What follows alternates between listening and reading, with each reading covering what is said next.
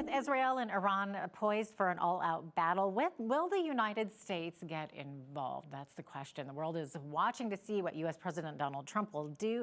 Here for commentary is Lisa Daftari of the Foreign Desk. Lisa, welcome back. Thank you so much for having me.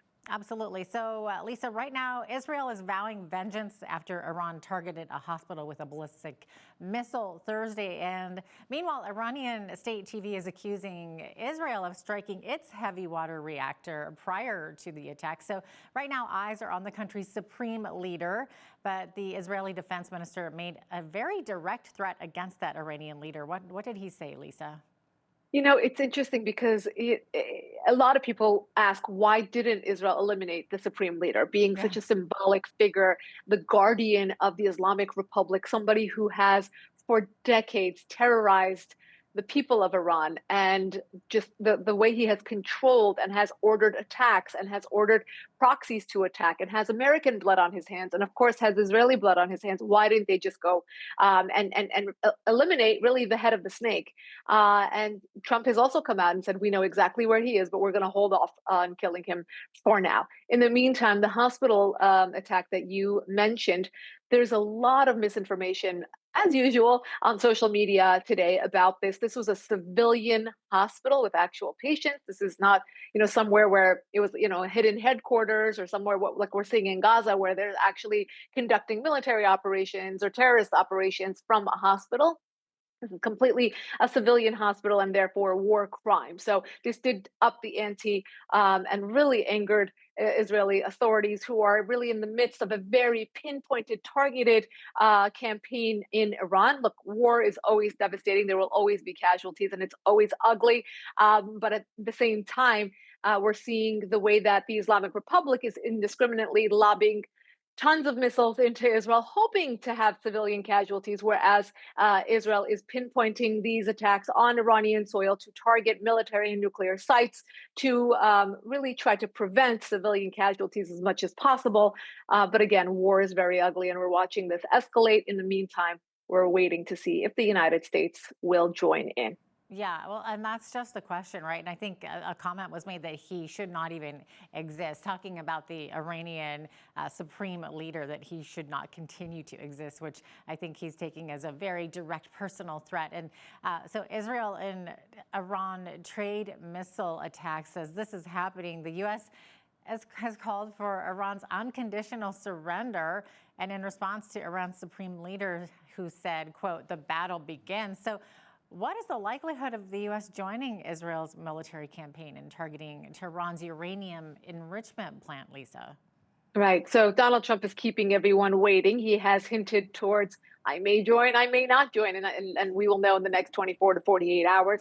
If you ask me, I think it looks like the U.S. will join, and I'll tell you why. This is a very calculated decision that remains. If the United States does join in, they can help the Israelis complete the mission. And the mission is to bring the Islamic Republic to a zero capability with regards to its nuclear program. If we leave any residual, meaning there are 12 sites, the major one being Fordo. Fordo is a very difficult site to target, underground, 13 feet walls. It's not something that Israel can tackle on its own. If the United States joins in and does assist in the mission of destroying this one site, then we will be able to see the zero capability. If we leave residual, then we'll see the Islamic Republic continue on with its weapons procurement.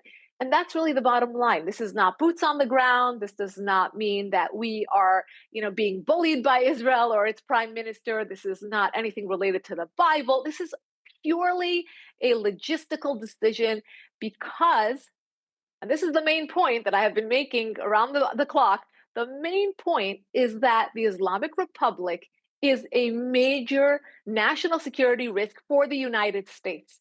This is not a charity project. It's not a gift to our ally Israel. Obviously, we would be joining, but they have done most of the heavy lifting. They have done very well. And that is exactly why we're seeing Trump pivot the way that he has. Trump wants to win. Trump wants peace through strength. Trump wants to see XYZ results in this equation, and he sees that the Israelis are very close to accomplishing this zero level capability in terms of their nuclear portfolio. And that is why we're seeing the evolution of the Trump tweets when it comes to dealing with Iran's regime. Yeah, so it looks like the president has been briefed on both the risks and the benefits of bombing Iran's most, secure nuclear sites. And so his mindset being that disabling it is necessary because of the risk of weapons being produced in such a relatively short time over there. So he obviously sees the necessity, but what could all of this mean, Lisa, for the people of Iran, for the innocent people, and for the world as a whole if Trump helps to bomb these nuclear sites? Where might it go from there? Right. So look, any diminishing of this murderous regime is a gift to the world. It's a gift to the Iranian people, it's a gift to the region, and a gift to the world at large. They are the number one state sponsor of terrorism. They support terrorism proxies. They're responsible for October 7th. They're responsible for the protests that we saw on our college campuses. They are embedded in, we have sleeper cells here in the United States, you have them in Canada. They are everywhere. So any diminishing of that threat is really going to help stabilize the entire world, and that is not hyperbole at all. Going back to the Iranian people, who are our number one ally in really defeating this regime, is the Iranian people. Now, the United States and Israel, for that matter, have kept regime change and bringing them down to a zero level in terms of their nuclear program very separate.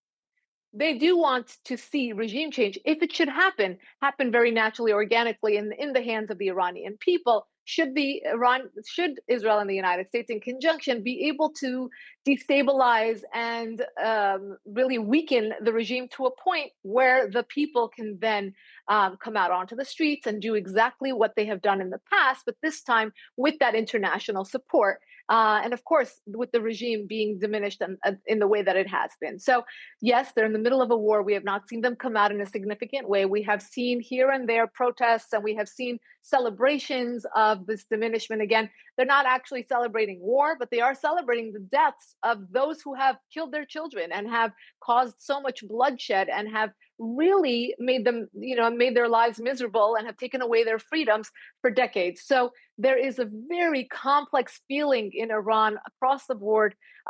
Majority of 85 million people very disenchanted with the regime, so they're watching very carefully. But it is complex as there's war. There's war on their soil, and that's never ever an easy thing. No, it isn't. You just really have to feel for those innocent Iranian people, many of them just trying to go about their daily lives. And, we not that long ago, you and I spoke about the truckers over there, the truck drivers striking with the hope of sort of collapsing the regime, because the regime is so dependent on the truckers. And it just seems like so many of these, I guess, movements fizzle out, don't they?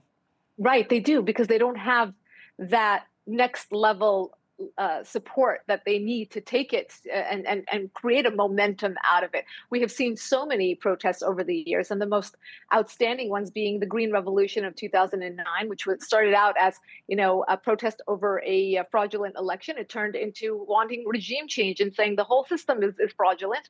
And then the Women Life Freedom protest that we saw just a couple of years ago, which was over the death of a 22-year-old who wore her hijab improperly and then was beaten to death for it. So a lot of young people came out onto the streets. A lot of women in Iran and around the world cutting their hair in solidarity came out onto the streets.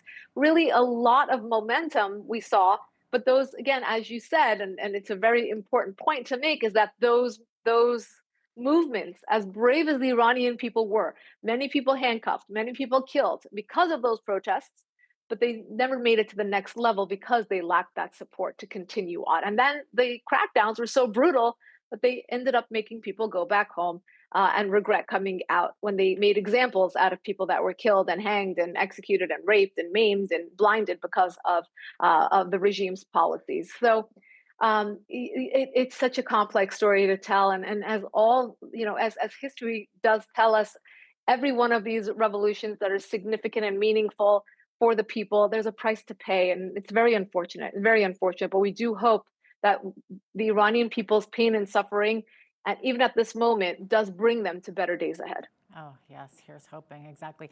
Back on U.S. soil, The View, if you're familiar with the show The View, most of us are. So, The View's Whoopi Goldberg facing criticism now after she compared life for Black people living in America to life in Iran. And I don't know if any of our viewers watched The View, but Lisa, what was the context of what Whoopi said here? Horrific. They were talking about just the lack of rights in Iran and how difficult it is living in Iran. And Whoopi Goldberg said, "Well, it's not any worse than the United States." And she really went on to say, "For Black people, it's X, Y, Z, and it's not, and really, a couple of the panelists were just taken aback and said, "You cannot, as flawed as the United States may be, you cannot." Compare in 2025 the United States and the Islamic Republic, and she kept pushing back on that. I actually was quoted in a Fox News piece about this. I actually was interviewed to be on The View, and thank God that didn't work out because I really would lose years off of my life with these kinds of conversations. Oh Um, my gosh. I but would love to see you on that show, oh Lisa. my goodness. But if I had heard this kind of comment come out of Whoopi's mouth, I mean, the level of ignorance, the fact that she, as a woman of color, having this platform, having the freedom to sit there, the way that she's dressed, showing her hair, communicating freely, anything she wants, any criticism of her own government and her own country, this would never fly in the Islamic Republic. First of all, second of all, wow, she owes an apology to all the Iranian people, the minorities, the gays, the Christians, the singers and the dancers and the journalists who have been imprisoned and killed, and really all because they live in a country that has not allowed them any of the freedoms that she enjoys. So really tone deaf, and I'm glad that there has been a tremendous amount of pushback on her ignorance, because I mean, Even her co panelist, yeah, Alyssa, right? She was really yes, pushing back on that as well. And I mean, I love Whoopi as an actress, as a star, but she wouldn't be in the position she's in today if she had lived in Iran. She wouldn't be a had movie she lived star. anywhere Had she lived else, anywhere, yeah, it's anywhere because else. of And yeah. it's tremendous that she does not show that gratitude for the country that gave her all those things. And again, as flawed, and I'm not saying, the United States is perfect. You never say Canada is perfect. We always talk very openly about where we live and how we can do better as a society, as a government, as a people. But to make that false, just comparison, it really does diminish the people who truly do need our help, who need us to be their voices. It sounds horribly, horribly out of touch. She sounds spoiled and really ungrateful for everything that she has. Lisa Daftari of the Foreign Desk, thanks so much for joining me today. Appreciate having you on. Thank you for having me, Jeanette.